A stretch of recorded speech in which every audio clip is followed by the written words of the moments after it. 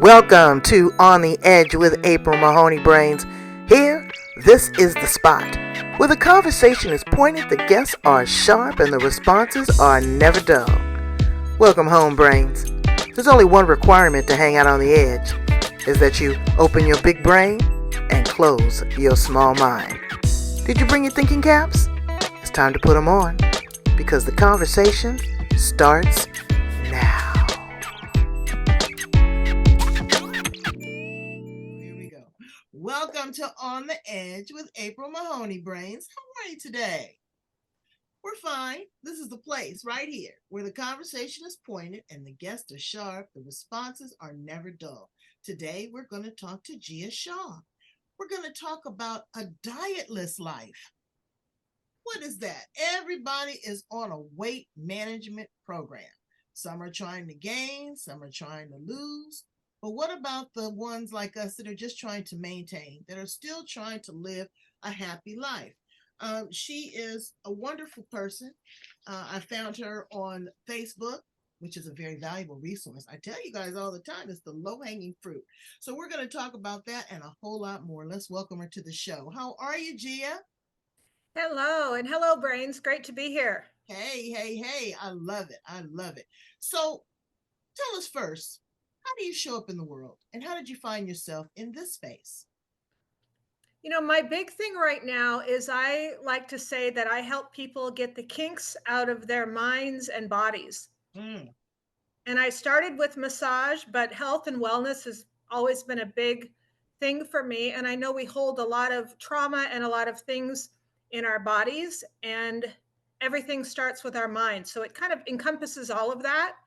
And it's all important, the whole person. well, I get it, but I've been working with some people up at the Chopra Center, Deepak Chopra, and the big buzzword now is consciousness. Yes. Not mindset so much because mindset sometimes can leave you stuck. Your mind is so fixated on one particular thing that you can't see the forest for the trees. And I like how you say a dietless life. I call it a live it Yes. because you get to a certain point in your life where, again, when you were a baby, you had to have liquids. You were introduced to solids. You were introduced to junk food. You were introduced to grease and fat and all this other kind of stuff, soda pop. Now, as we transition and we get older, we have to regress back to that because, there's still some folks on baby food at this point. Finding a balance. But the hardest thing is really trying to figure out what is it that no longer serves you, right? Yes. How do we begin to sort that out? Because we've been eating, like African Americans. Excuse me, we eat more than braids. But we like our soul food. We like our sugar. We like our cornbread. Starches and carbs, all that. But you can't process that. Even milk now. I notice I can't do milk Yes. like I used to. How do we start to look at food a different way and figure out what is no longer serving us? Yeah, I think one of the big things is looking at food as our medicine and looking at choosing health and just the way that the processed foods are created now. It's so unhealthy. And we are bombarded by ads and by diets and all of these things, but really tuning in to what works for our bodies and being more conscious. So when we do eat certain things, if we can tune into how our bodies feel after we eat that, because we go through different phases in our lives, and some people can eat certain things and some people can't. And so the big thing for me is awareness and finding out it's an individual thing for everyone, and finding something that means health for you and that will allow you to feel the best in your own body. And a lot of that works around the mindset as well, not having the shame and the guilt when you do want to indulge in things with in celebration, to not have that guilt. That guilt creates cortisol and is just as harmful. So really being conscious, not doing the stress eating, but finding things that feed your soul instead of that eating, and moving your body. It's all encompassing, but I really think it starts with awareness and choosing health and loving your body. When you love your body, you're going to treat it better. Or a lot of people don't love their body because it's disproportionate. And Yes, I'm looking at myself in the mirror and I'm seeing all this belly bloat. And I'm like, April, really? But then I dial back and say, you did have a carbonated soda. Not one, you had two. That's going to add to it. You did have some milk with that cereal. You didn't have almond milk, you had whole milk. That's why you're playing a tune. Those kind of things. So I totally understand. So I take responsibility for them, but they were guilty pleasures and it was something that I enjoyed, but I can't do that every day. And you exactly. can't do that every day. Me and my husband, it's like eggs. I do this thing called My Fitness. I think it's My Fitness Planner online or whatever. I could not believe where my cholesterol and my sodium was coming from. I just Yes, thought it was totally something else. When you use programs like that or you keep a food journal, you really are held accountable. It's a lot yes. of work, but I'm finding it kind of fun because it's almost like going to Vegas. I'm trying to hit that number. How did you find yourself in this space? Did you have a weight challenge?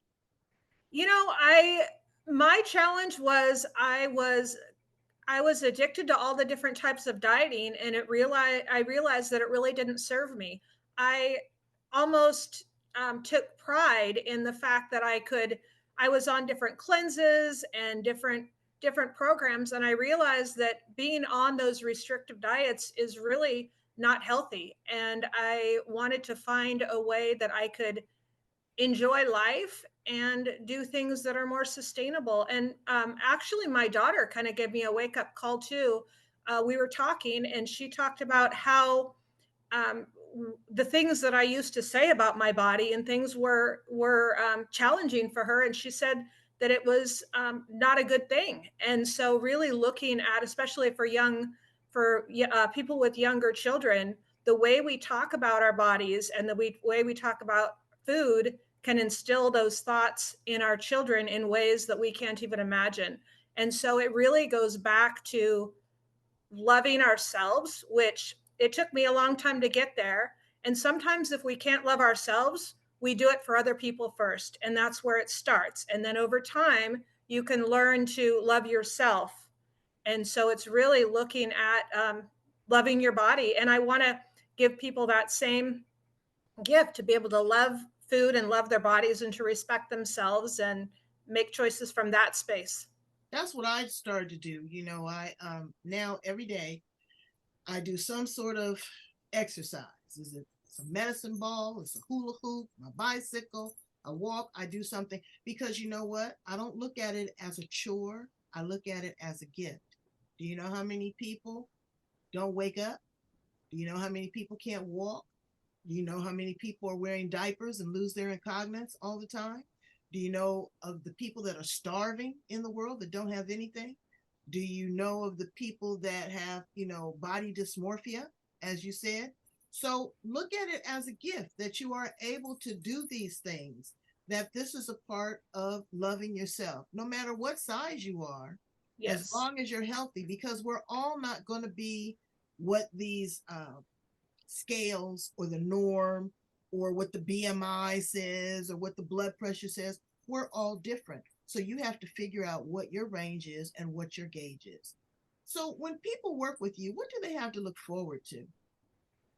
The I use hypnosis, and Ooh, one of the big things we do is a lot of times when we are eating certain ways and we have certain views about who we are, it came from messages that were given to us when we were young in our subconscious mind. And a lot of times we're not even aware of those things. Someone could have said something to you when you were young and you held it inside and didn't even realize it. And so one of the core things we do is I use it's called Dietless Life, and we go down to where those memories, where those messages were given to you, are uncovered, and we look at those and we rewrite that story as the young adult, or as the adult we are, with the wisdom that we have now, and rewrite that. And you're given a different hypnosis each week that you listen to each week to reprogram your mind. Every habit starts with a belief, and so you're reprogramming yourself to have different beliefs around who you are and what your new habits are. Okay, so you're using NLP, neuro linguistic Hypnosis. programming. Yeah. Yep, with that in there too. And RTT. Yes. Really? Okay, so a lot of people are into RTT now.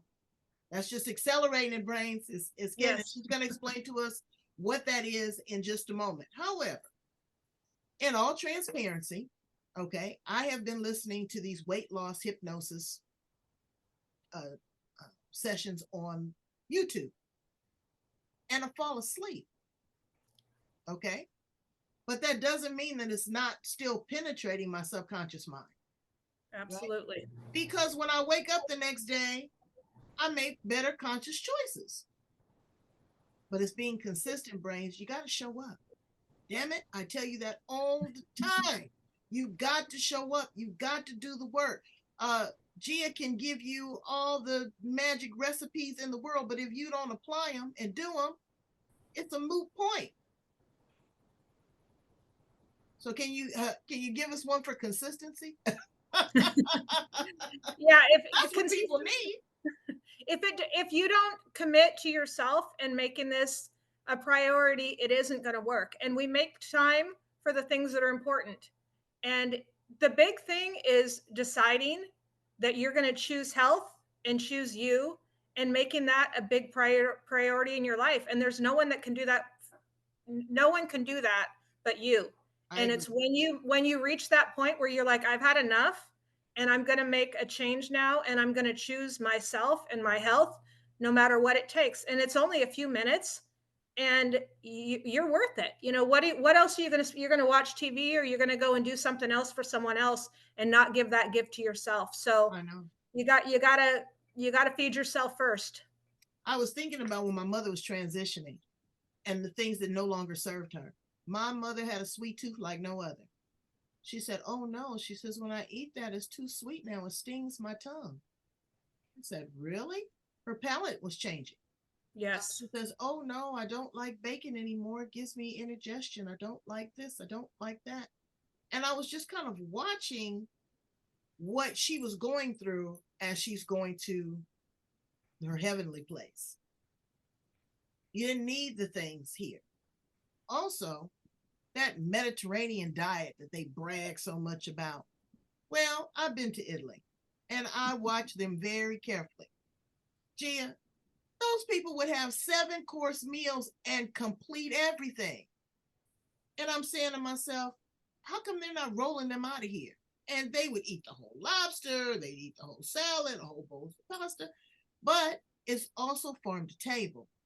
Yes. It's not this processed stuff that we get. And here in America, I'm going to say it if nobody else says it. I don't trust a lot of the labeling. Sugar free, fat free, gluten free, la la la la la la la, organic. How do I really know? What I do is I just try to shop the outer perimeter of the grocery store and stay away. Now my husband goes, "You got all these herbs growing." Right, because I'm not buying the ones that are full of salt. Yeah, you got to put a little salt and pepper in your stuff, but you have to really watch and looking at the ingredients. I was looking at one product like tortillas. I was looking at one brand of tortilla I had purchased all my life. I went to the Hispanic grocery store and looked at their tortillas. It was one third of the stuff that I had been eating all this time. So reading the labels are very important. A lot of times they say if you can't pronounce it, don't eat it because it's a chemical. What other suggestions do you have for us? One of the big things, not only for the dietless life, but just to have your best life, is to have a morning routine that works for you and an evening routine that works for you. And that I have variations of it depending on how much time I have, but every day, waking up and doing the same thing to get your body and your mind in the right place. So I have a bottle of water right by my bed. As soon as I get out of, I do some visualizations in bed before I even get out of bed, and some little mini meditations. Gratitude is absolutely huge for me. I live in gratitude, and before my feet touch the ground, I think about 3 things I'm grateful for from the previous day. I drink my water, break a sweat. I go downstairs and I don't watch television, but I put on my YouTube video depending on how much time I have, either 5, 10, or 15 minutes of doing either a hit workout or my ab workout just to get my body moving.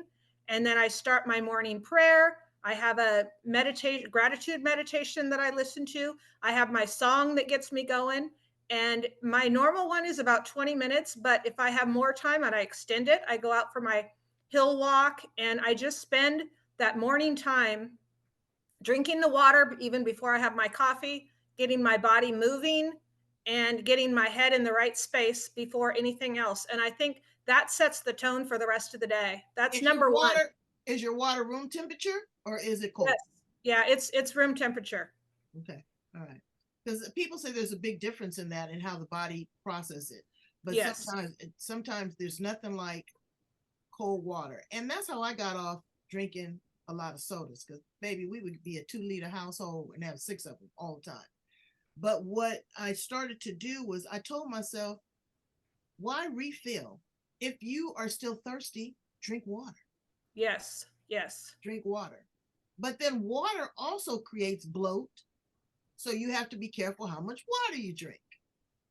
It's a delicate dance. It really is. But I think, like you said, being conscious, waking up with gratitude, and having a routine, which creates the consistency, that you do those things. I'm trying to have more of my heavier meal in the middle part of the day, Yes. Yes. because I'm still sitting and doing stuff, but I'm not going right to bed on it, and I'm Yes. trying to give myself 12 hours. And those 12 hours, don't think of it as a chore, brains. It can be while you're sleeping. Sleep is critical. But Yes. while you're sleeping, you can have that time to allow the body to process all the food that you've put in it the day before. Yes. So, when you say a dietless life, again, it is being conscious, it's being aware. But what about that person that is dieting? What do you say to them? Everybody has their own journey, but most diets are not set up for long-term success. Mm, And most of them have an end result over a certain amount of time or over a certain amount of weight loss. And what happens when that's over? mm, That's the challenge. And people go back to real life and that comes back. And that cycling is really hard on the body. You generally end up gaining more weight, and your body, when you're in that starvation phase, that's really unhealthy. And so just getting people off of that cycle. If people have found something that works for them, that is sustainable, I don't consider that a diet. That's a lifestyle. But if you're going on these small periods of time where you're just trying to really restrict everything for a short amount of time for a certain number, what happens when that's over? right. And it's really important to look at what's sustainable for you to stick with that's going to work, and not having those restrictions, and really being able to indulge in those things. If you have a family member who has a birthday party, being able to enjoy that one piece of cake and not feel guilty about it. And during the holidays, if you have some special foods around the holidays, to be okay with that. And then the next day, go back to your healthy choices. I know. My guilty pleasure are sweets and a good cocktail. Oh, I make this hot toddy, Oh, yeah. but I didn't realize. I really didn't realize. Well, I should have realized because it's got apple cider. It's got a little bit of cognac in it. It's got cinnamon. It's got slice of apple. Sometimes it's got an orange. There's a lot of sugar in that, and you have two of those, and then I have two boiled eggs in the morning. So it's trying to figure out what works. Again, a food journal really helps you look and say, okay, oh, well, I had this yesterday and I had that. Maybe I won't do this. Maybe I'll do this. And then once it becomes a routine, it becomes mechanical. You'll say, oh, okay, Monday through Friday, these is my morning choices. Here are my evening choices, and some deviation from that. So let's talk about deviation. You talked about your daughter a little bit. Um, what was it, some of the things that she noticed about you that she didn't like, that was kind of a warning sign that made you wake up and say, maybe let me do something a little differently? I realized that I would be talking to myself previously just about how my body looked. I may be putting something on and saying, "Oh, my body doesn't look good in this," or "Oh, I need to lose weight." And we don't realize the impact that could can have on children, and even around food. "Oh, I can't eat that. That make you know." I used to love being on those restrictive diets, and I almost felt felt proud of myself that I could stick to that and that I was that strong, not realizing that it wasn't good for me and the messages that I was sending out to her. And so sometimes we don't even think about the what we're the messages we're sending to the people, the young people around us, and what we're setting them up for. Well, and then you look at what's going on with social media.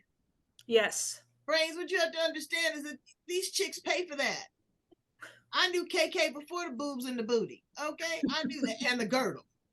I looked at these waistlines that they have now. They have crushed their organs. There's no way. Where did you put all this stuff? And then my aunt, she said, I had the cotton pickle liposuction and it grew back on the back of my neck. Ugh. Okay, but some people have to do that.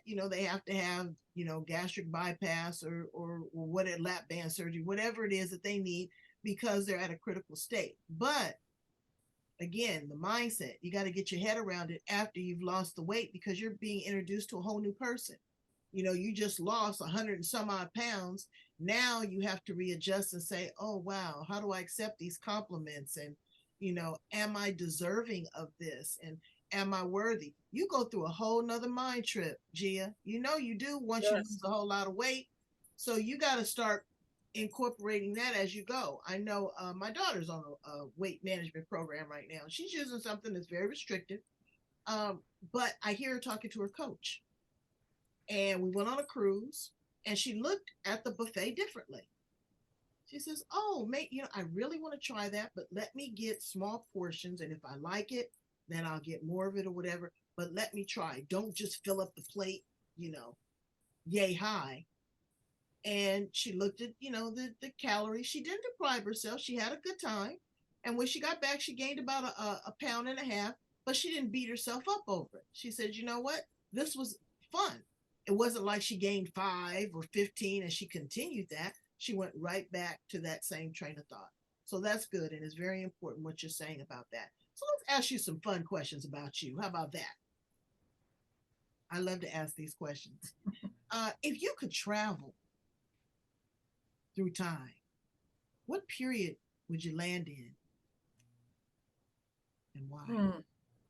That's a good question. I think the 50s would be kind of fun. Ooh, why the 50s? The music and the energy, and I like Fonzie and leather jackets and Ooh, motorcycles and poodle skirts and ooh, that's fun. I think I'd go futuristic. I want to be like in 3000.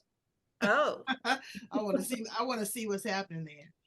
If you had to pick a planet, what planet would you be from? Oh.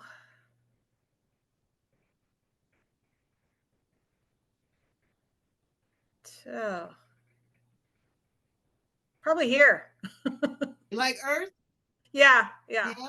Okay. All right. Very livable here. Yeah. I like Saturn. I like all the rings. I Yes, do that yes. too. If you were an animal, what animal would you be? I'm a tiger. You're a tiger? Why are you a tiger? Well, I used to be an exotic animal keeper, and No, really? yeah, I was exposed to all different animals. So I've been around all different animals, and I just absolutely love the tigers. All right, so I'm gonna ask you. I'm gonna deep dive into that because what was his name? I can't remember his name. You remember the guy that was on TV that had all the The tigers and all that Tiger kind of stuff? King, A yes, yes, Tiger King, girl. He was a hot mess in more ways than one. Uh, yeah. but okay. So now, what do you? I don't want to say that because the animal rights people will be all in my face and all in your face. What was it? I was on the animal rights side, just so you know. I worked at an animal sanctuary, and we were Okay, very much we were the opposite of the Tiger King. Let's just say that. but how in the world do people think that a tiger is something that is like a cat or a dog? You can't sustain that. You can't I know. maintain it, and they have a mind of their own. I just don't get how people try to capture them and hold them as pets. Well, that's how most of the animals that we got at the sanctuary in other states, we were in California, and in other states, exotic animal laws are not how they should be. And most of our pets came from a long time ago, actually. They used to use lions and tigers to transport drugs. They would put them underneath the lining of the cages, and they had to change the laws of that. And people would we had a bear who someone had as a pet, got it when it was young, put a chain around its neck, and then it still has had the marks of the chain. So yeah, it's a sad story. It is a sad story. It really, really is. But so, what did you do? You got to well, make friends with them. Yeah, I mean, we did. That was the good. We weren't allowed in the cages, only with the wolves, and we had a little marmoset, a little small monkey. But the rest of them, we would move them into the other cages. There was a baboon who was by herself, and we were really good friends. And she used to groom me, so I had a close baboon friend, Harriet. Oh, that was an amazing experience. That was really, Yes, really good. yes, If you were an animal, you said that you would be a tiger. yes. What is it about the tiger that would make you want to live that type of life in the animal kingdom? Well, they're just I just love watching them. They appear to be more fierce, but they're actually just super sweet and playful, and just and their movements, just everything, their personality. I just love, and I love watching them and interacting with them. They're just, and they have different, all those animals, they have just such different unique personalities, and I just really was drawn to. I had a deeper relationship, with the baboon and with the wolves and some of the other animals. But just as far as just being mesmerized, I could watch the tigers for hours. It was, and Yeah. just how they interacted with each other, um, just gorgeous. I'm that way with the silverback gorillas.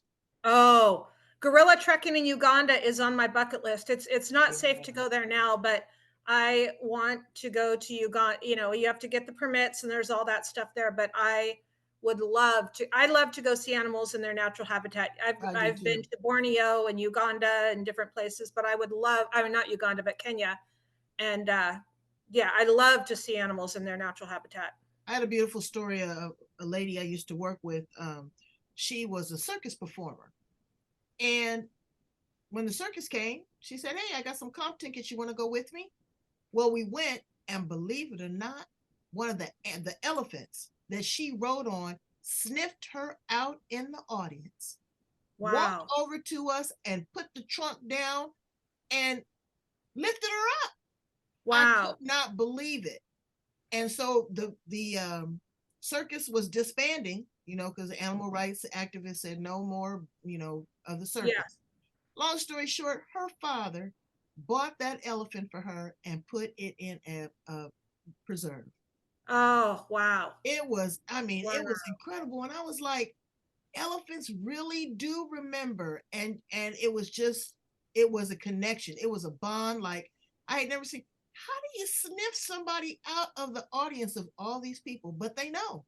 They Yeah, absolutely we worked know. with elephants. Well, and the baboon, when I would pull up to her cage was far across the sanctuary, and I would pull up, and when I was unlocking the gate, she'd be doing her call for me, and she would know that I was there. Um, yeah, they're smart. Yeah, they're They don't very speak the smart. same language we do, but they I know a know. lot. And the way that they eat. Yes, I yes, think that was one of the things that really sparked lit a fire in me is watching the silverback gorilla, how bright his eyes was, how his fur was like mink. I mean, there was no like, fleas on him or patchy or anything. It was like mink. And the way that he beat his chest and he roared, and mm, the way that he just commanded your presence, and vegetarian. yes, yes. You look at the elephant, Yep, vegetarian. yep. You look at the giraffe, vegetarian, and the tigers and the animal kingdom, the cat animal kingdom, they only eat the water soluble parts of. They don't eat the skin. They don't Yep. eat the fur, they leave that for the buzzards. So remember that, brains. When you're eating skin, they leave that for the buzzards. But I get it. So it's something to aspire to, because I hear over and over again that the human body was not made to consume meat, but we do. And I'm not opposed to it because I eat meat as well. But I am very conscious of, what I eat, how much I eat, and I don't make that the largest portion of my plate. I try I to make was it more raised colorful. vegetarian, and I used to work at a lifestyle education program that promoted vegan, and I was vegan for many years. With my exercise, I felt like I needed to add some animal protein, but very, very consciously. But I was vegetarian or vegan for the majority of my life. I tried vegan, and I tell you, Gia, my food tastes like straw. It's a full-time job. Yeah, it's definitely fortunately I worked for someone I was a massage therapist at a lifestyle education program, and they owned a health food store and ran vegetarian cooking schools. So I was exposed to the right way to do it right when I started, and that was a game changer. So it was a lot easier when you have the pros to help you. Talk a little bit about massage. There's people that don't like massage for whatever reason. They may have been, violated. They don't like touch. They've had someone that has not been gentle with them. But I love a good massage. And brains, if you have one, you have to speak up. You have to tell a person that's too much pressure, not enough pressure, what the situation is. I get it. What drew you to become a massage therapist? I'll try to shorten it up here. Health and wellness have always been important to me, and I was originally going to be a pediatric physical therapist. So I used to Oh, volunteer at Easter Seals, and the school that I was trying to go to was a lottery, and I couldn't get in. And the person that I worked with told me that massage used to be used in physical therapy, and I should learn it. And my stepsister came over about a week and a half later and said, "Hey, I want to go to massage school." It was a small one in California, and we need one more person to fill this criteria. And I signed up thinking that it would enhance my physical therapy program. And then I ended up being going into special ed and working with children with deeper needs physically, and I worked with the PTs. And to get through school, I used my massage therapy. So that's the short story of it. well, that's amazing. You've touched on a lot. You've had a lot of experience, and so I would definitely trust you. I'd love to work with you. Tell my brains how to get in contact with you, how to work with you, how to be under your spell, under your tiger's spell. Okay, brains. I'm on Facebook. You can find me at Gia Shaw, and I'm on Instagram, Dietless Life with Gia. We're going to put all of her information at the back part of the interview, brains, because I want you to connect with her. Again, it may not be the physical touch, but we're in a different time. We're zooming everything. People are doing Reiki. She's able to do RTT. They're able to, give you hypnosis suggestions, tapes, all of those great things. And I think that she's a great person with a lot of experience from the human and the animal. So I think that that's a great balance. Thank you so much, Gia, for being here with us on the edge. We value you and we appreciate you because you are a giver, and we want to live a dietless life. We just want to live uh, happy and healthy and clean because Americans are, I hate to say it, but we are just out of control. I look down the street and I see people that are just really struggling with their weight. And you go to other countries, like I said, they eat 7-course meals like it's nothing. So and they walk a lot. So get out and do some exercise as well. Brains, thank you. Get some exercise with those fingers. Well, thank you, April. Thank you, brains. And we want you to love, like, share, and subscribe. Share this with someone that you know, someone that might be able to use the information. Go back and listen to other edgy conversations. We got nutrition, we've got herbalists, we've got love, we've got music, we've got everything that you need right here on the edge. Thank you so much, Gia Shaw. Come back and see me again. Keep me posted, all right? Thank you. You're the best. Bye.